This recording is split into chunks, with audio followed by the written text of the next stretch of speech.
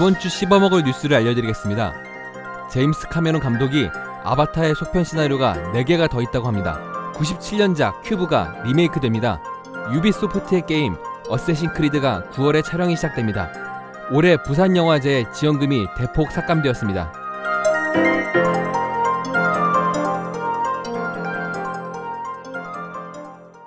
5월 첫째 주 영화 씹어먹기 씹어먹는 뉴스가 시작되었습니다. 와, 5월이다! 네, 드디어 5월이 됐네요. 세월 진짜 빨리 가요. 지난 주부터 이번 주까지 이어진 그 황금 연휴를 네. 저희들이 이제 보냈잖아요. 이 방송이 나갈 때는 이제 그 연휴는 끝난 상황인데, 그렇죠. 5일 동안 이게 논다.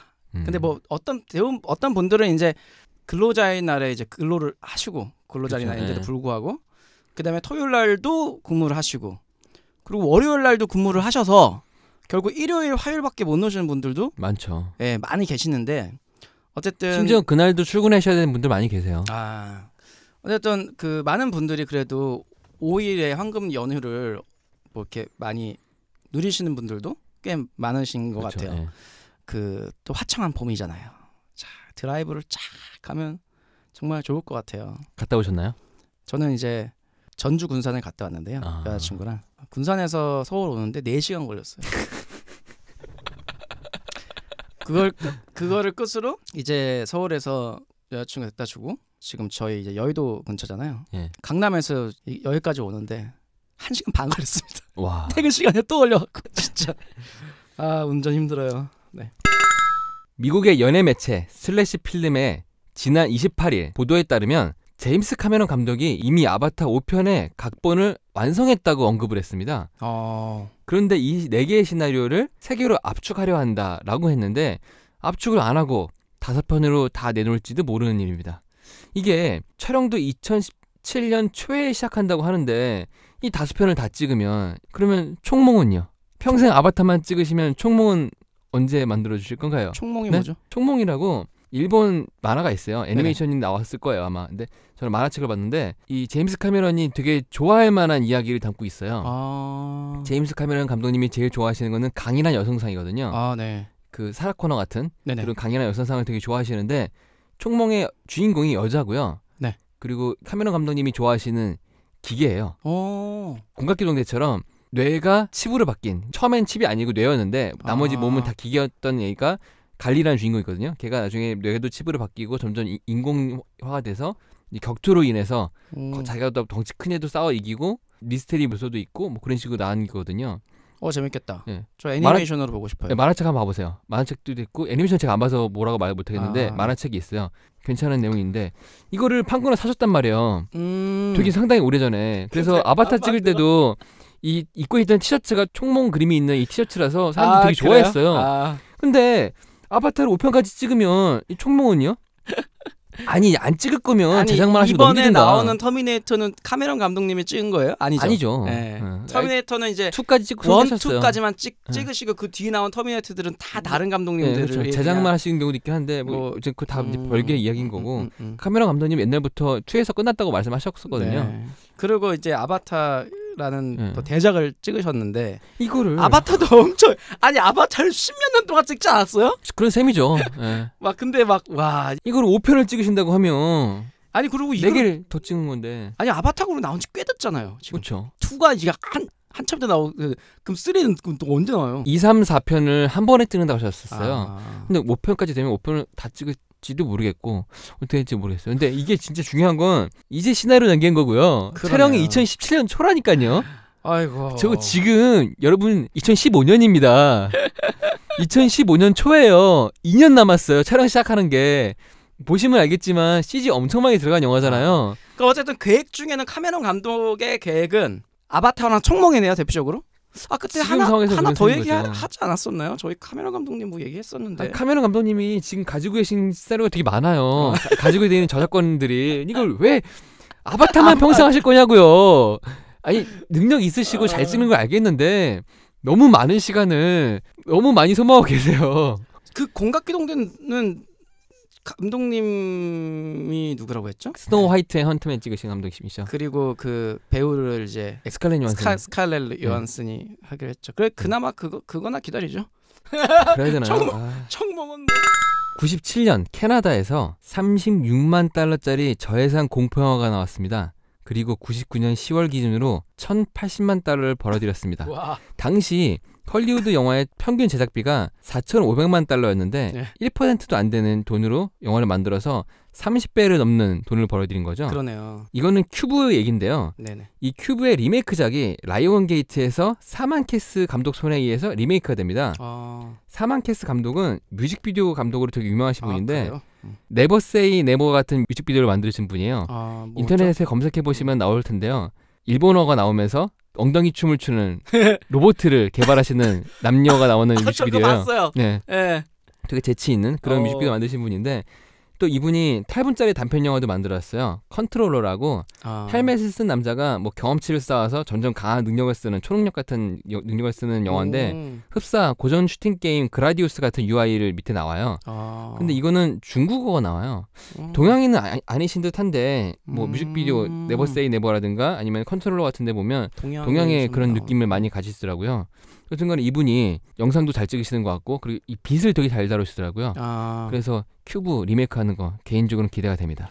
자, 큐브 97년작 큐브를 모르시는 분은 없겠죠. 아이들도 많이 알 것 같아요. 이거 왜냐면 근데 시간이 많이 지나서 그 배경이 흰 큐브 희다고만 안 되는구나.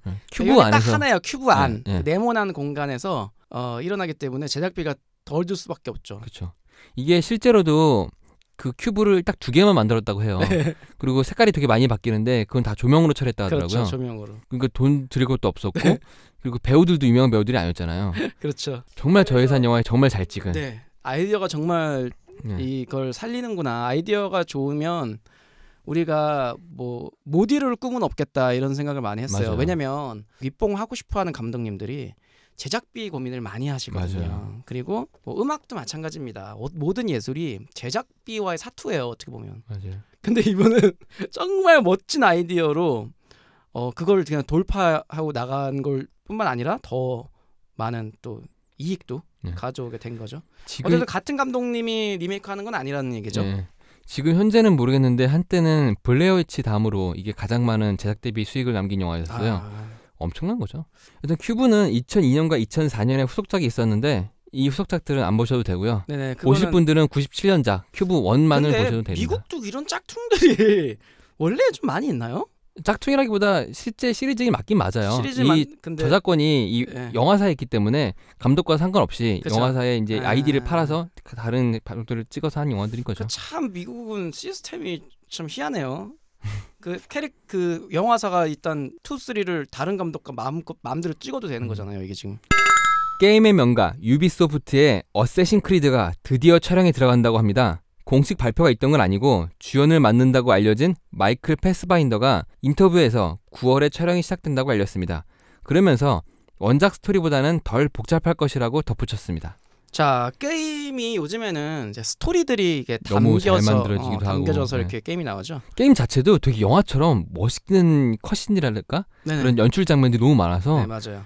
실제로 제가 보기에는 어떤 게임은 영화보다 훨씬 나은 것 같아요. 그리고 그게 그런 장면들만 모아다가 영화처럼 한 편을 만들어서 뿌리기도 해요. 애들이 이제 저작권 위반입니다. 맞아요. 진짜 그 위험한 거예요. 예, 근데 그 팬 여러분들은 또 그거를 이렇게 게임 중간중간에 나오는 영상들이잖아요. 그러니까 그걸 다 캡처를 떠가지고 이렇게 동영상 캡처를 떠가지고 다 이어가지고 뭐 영화처럼 긴 이야기를 만들죠. 긴 영화를. 이야기처럼 한 편처럼 이렇게 하시는 분들도 있는데 어쨌든 내용은 이 영화의 내용은 이 게임보다는 좀 이렇게 단순화시켜서 나오나 봐요.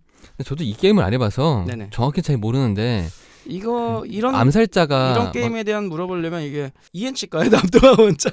그렇죠. 그분은 하셨을 것 같아. 남 원장님이 게임 좋아하시잖아요. 네, 이거 하셨을 것 같아. 저도 사실 게임을 안 좋아해서요. 이게 무슨 게임인지 몰라요. 나중에 이거 개봉해서 저희가 이걸 혹시나 하게 되면 네네. 남 원장님 모셔놓고 원작과의 비교를 한번 여쭤봐야겠습니다. 그러니까요. 저희 앞으로 그 게임을 기초로 한 영화들 하면 남 원장과 같이 얘기하도록 하죠. 네. 지난해 영화 다이빙벨 상영 결정 이후 이용관 집행위원장의 사퇴 압박과 감사원의 감사 등으로 영화진흥위원회와 정부의 행보가 심상치 않더니 15년 부산영화제 예산을 절반 가까이 삭감했습니다. 부산영화제는 지난해 14억 5천만 원에서 6억 5천만 원이 삭감된 8억을 지원받게 됐습니다. 오휴. 지원을 받는 영화제는 전주국제영화제, 부천 판타스틱 영화제, 제천국제음악영화제, 서울국제여성영화제, DMZ 국제 다큐멘터리 영화제 등 총 6개가 있는데 이 다른 나머지 영화제들은 지원 금액이 다 증가했으나 부산 영화제만 삭감된 것은 의아한 것이고요. 그리고 또 하나, 전체 예산이 줄지 않은 상태에서 지원금이 줄은 건 이번이 처음이라고 합니다. 영진이 측의 해명으로는 네. 총 지원 예산이 특정 영화제에 과도하게 집중되는 것을 완화하고 국제 행사에 대한 지원을 세심하게 하자는 정부의 정책 방향에 부합하자고 결정한 것이라고 하며 부산국제영화제의 자생력 강화를 위한 조치다라고 하는데 어떻게 생각하십니까? 이거는. 그러니까 해명은 해명이긴 하네요. 네. 그러니까 다른 영화제의 지원금에 비해 여기가 많으니 그동안 우리가 부산국제영화제는 많이 줬으니 이제 좀 깎아서 다른 영화제랑 형평성을 맞추겠다. 근데 시기적으로 볼 때도 약간 이거는 좀 그렇지 않나요? 아니요. 저는 이런 거는 별로 좋아하지 않습니다. 이런 내용들. 혹시 뭐 다이빙벨 때문에 그런 거 아니야? 뭐 이런 거. 아닐 수도 있고 그럴 수도 있죠. 근데 솔직히 그거는 정답이 이제 그분들한테 있겠죠. 그렇죠. 그 정답을 저희가 갖고 있지 않으니까. 영진이 측과 네. 또 고위에 있는 어느 그리고 분들은 부산 아시겠죠. 영화제의 그 또 중요한 분들 사이에서 있는 일이지 뭐 사실은 저희가 예상할 수 없는 포인트거든요. 이게 그쵸. 되게 위험한 접근이에요. 그 다이빙 벨이라는 영화가 정치 성향을 띠고 있었나? 절대 그렇지 않거든요. 그렇죠. 그냥 공정한 보도에 관련된 사실 어떻게 보면 영화예요. 네, 맞아요. 그 공정한 보도랑 또 정치랑은 또 어떻게 보면 되게 관련이 없는 것 같으면서도 관련이 있을 수 있죠. 그래서 일단 제가 보기에는 이제 이런 논란이 필요한 집단이 이런 논란을 당연히 끼워넣었다는 거는 정확한 거죠. 예산 삭감 왜 됐냐? 이쪽에 해명 뭐 이런저런 얘기. 근데 당신이 다이빙벨 때문에 저거 하는 거 아니야? 이렇게 돼버리는 거죠. 근데 그렇죠. 그 얘기가 필요한 건 또 그 사람들 얘기죠. 그 방송 보도가 공정성을 기하기가 되게 쉽지 않은 게요. 그 뭐 지금 뭐 그것이 알고 싶다라든가 추정 60분이라든가 이 많은 것들이 그 이런 거는 그 뉴스랑 다르게 원래가 그 PD와 그 기자들의 그 마음을 담을 수 있게 되어 있는 보도예요. 원래가. 그렇죠. 근데 그게 그러다 보니까 정보 전달이 이렇게 섞여서 가거든요. 이렇게. 그리고 다큐멘터리라는 것 자체가 다큐멘터리가 원래는 그 현장을 그대로 찍어서 보여주는 건데 찍어서 편집을 하고 연출한다는 것 자체는 그 제작자의 연출자의 의도가 담기는 거거든요. 담기는 거잖아요. 그래서 이제 그런 면에서 보면 그 지금 결국 그 논란이 필요한 사람이 뿌리고 다니고 있다 이거죠 결국. 그리고 또 하나가 있는 게 지난 2월에 감사원에서 감사를 할 때도 일반적으로는 3주 정도 감사를 한다고 해요. 근데 소명 자료의 미흡 등을 이유로 해서 8주간을 했대요. 감사가 있는 업체에서 일을 하시거나 뭐 감사를 하실 일이 있으신 분들이 느끼기에는 엄청나게 큰일이라고 느끼실 거예요. 그 한 가지 제가 덧붙이면요. 예전에 미국소 일 때문에 명박산성 막 쌓이고 했잖아요. 그때 이제 보도를 아무도 안 했어요. 그렇죠. 그때. 근데 그 당시에 이제 아프리카 TV가 엄청나게 그것들을 맞아요. 보도를 많이 하고 다녔거든요. 그리고 그 다음 해인가 그 해인가 몇 달 후인가 아프리카 대표가 구속됩니다. 자, 근데 구속되는 이유가 뭔지 아세요? 몰라요. 기억 안 나요. 그 사람이 이제 그 인터넷 업체니까요. 여러 가지를 할 거 아니에요. 그쵸. 그 업체에서 게임 심지어 온라인 게임도 하고요. 그 업체에서 또 하고 있었던 게 P2P가 아니라 웹하드 형태 서비스 있죠. 웹하드. 예. 그렇게 웹하드에 이제 사람들 영화 올리고 하면 그런 거예요. 그거 이제 불법 자료들 이 웹하드에 올려 있는 걸 감시를 안 했다. 이걸로 다른 분들과 함께 무더기로 잡혀서 그때 구속됐어요. 자, 이걸 어떻게 보십니까? 이건 보복성이다. 100%잖아요. 근데 이건 결국 또 그런 논란을 이 필요한 사람이 또 뿌리고 다니는 또 논란일 수가 있어요. 그러네요. 자, 그래서 우리는 사실 그런 정보들에 휘둘리지 않고 내가 스스로 좀 더 찾아보는 그런 노력이 필요해요. 맞아요. 그게 제일 중요합니다. 지금 부산영화제 지원금 삭감돼서 그 부산영화제에서는 이제 올해 그 부산영화제부터는 이제 좀 규모가 좀 작아지거나 뭐 그 부산 사람이든 아니면 부산영화제를 좋아했던 이 사람들한테 좀 피해가 가는 상황이 될 수 있잖아요. 네. 그럼 그걸 좋아했던 분들이 스스로 찾아보는 거죠. 괜히 막 뭐 이 영화를 뭐 추천해서 이렇게 된 거 아니야? 이렇게 하지 말고 좀 더 거기에 대해서 찾아보는 노력이 좀 많은 청취자 여러분들한테도 필요할 것 같습니다. 하지만 이건 하나 확실한 게 그 네. 집행위원장님을 내쫓으려고 했던 압박을 했던 이 현상은 정상적인 사태는 아닌 것 같아요. 네. 기타 등등 뭐 칸영화제라든가 수많은 유수 영화제 위원장님들도 되게 위험한 생각이라며 반대 의견을 표시하셨는데 네. 결과적으로는 자진 사퇴가 되셨지만 네. 좋게 보이지 않는 건 제 의견일 수도 있고 제 짧은 생각일 수도 있을 것 같습니다. 네. 부산영화제 삭감돼갖고 이렇게 규모 작아지고 이게 왜냐면 삭감됐다고 해서 그 남은 돈들을 뭐 기업이나 이런 데서 또 많이 받게 되면 다른 영화제 준다고 하니까요. 이 기회에 좋은 영화제 클 수 있는 좋은 기회가 될 수도 있겠죠. 네, 서울에서 좀 가까운 데서 잘 돼서 좀 부천 판타스틱 영화제가 좀 제일 가까운가요? 디엠테2도 가까이 살걸요? 네네. 네, 이번 주 소식은 여기까지고요. 다음 주에는 더 재미있는 이야기와 더 신기한 이야기, 더 유용한 정보들을 가지고 여러분을 찾아뵙겠습니다. 네, 안녕히 계세요. 다음 주에 뵙겠습니다.